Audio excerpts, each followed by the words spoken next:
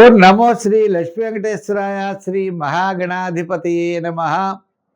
ఉగ్రం వీరం మహావిష్ణుం జ్వలంతం సర్వతోముఖం నృసింహం భీషణం భద్రం మృత్యుర్నమామ్యహం. ప్రేక్షకుల నమస్కారాలు తెలియజేస్తూ మనం ఈ వారం రాశి ఫలాలు తెలుసుకుందాం. జూన్ 14 నుండి జూన్ 20వ తారీఖు వరకు ఉన్నటువంటి గ్రహాల యొక్క పరిస్థితి చూసినట్లయితే వృషభ రాశిలో మనకి అంటే కర్కాటక రాశిలో గురుడు శుక్రుడు అనే 2 గ్రహాలు ఉన్నాయి. అలాగనే కుజుడు మేషరాశిలో ఉన్నాడు. చంద్రుడు వృషభ మిథున కర్కాటక రాశుల్లో చంద్ర సంచారం ఉంటుంది.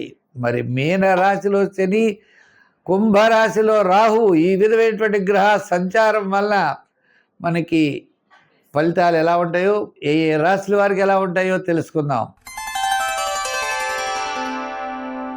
ధనుర్రాశి. ఈ ధనుర్రాశి వారికి చంద్రుడి యొక్క బలం అత్యద్భుతం. చంద్రుడు షష్ఠ సప్తమ స్థానాల్లో సంచారం. ఈ చంద్ర బలం ఉండడం ద్వారా మరి అర్ధాష్టమ శని ప్రభావం ఉన్నది. చంద్రుడి యొక్క బలం అయితే ఈ యొక్క ధనుర్రాశి వారికి అనుకూలంగా ఉన్నది. తద్వారా మీరు విజయం సాధించగలుగుతారు. మానసికమైన ధైర్యం ఎక్కువగా ఉంటుంది.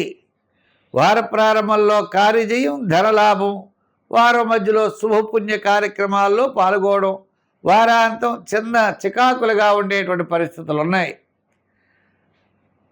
అంటే ప్రశాంత వాతావరణం ఉంటుంది, మానసికమైన ప్రశాంతత ఉంటుంది.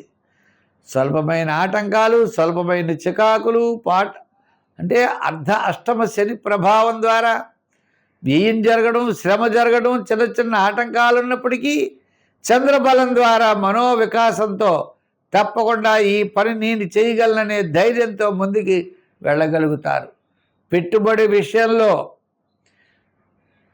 గృహ నిర్మాణాది విషయముల్లో, శుభరూపమైనటువంటి ప్రయత్న విషయముల్లో జాగ్రత్తలు తీసుకోవాలి. విద్యార్థులు విదేశీయాన ప్రయత్నాలు ఆలస్యం అవుతాయి. రాజకీయ పరంగా ఆహ్వానాలు తగ్గుతాయి. వృత్తుల పరంగా కొంత చిన్న చిన్న చికాకులు ఉంటాయి. వ్యాపార పరంగా సామాన్యమైన వ్యాపారాలే జరుగుతాయి. మొత్తం మీద ఈ రాశి వారికి మానసికమైన ప్రశాంత వాతావరణం ఉన్న ఆర్థిక పరమైన వ్యవహారాల్లో జాగ్రత్తలు తీసుకోవాలి.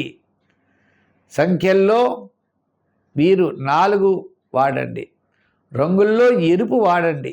ఆరాధనలో శనివార నియమం పెట్టుకోండి. జమ్మి చెట్టు చుట్టూ తిరగండి. శనివారం శని భగవానుడికి తైలాభిషేకం చేయండి. నవగ్రహ ప్రదక్షిణ చేయండి. తప్పకుండా మీకు అనుకూలమైన వాతావరణం ఉంటుంది. చిన్న చిన్న ఆటంకాలు తగ్గుతాయి.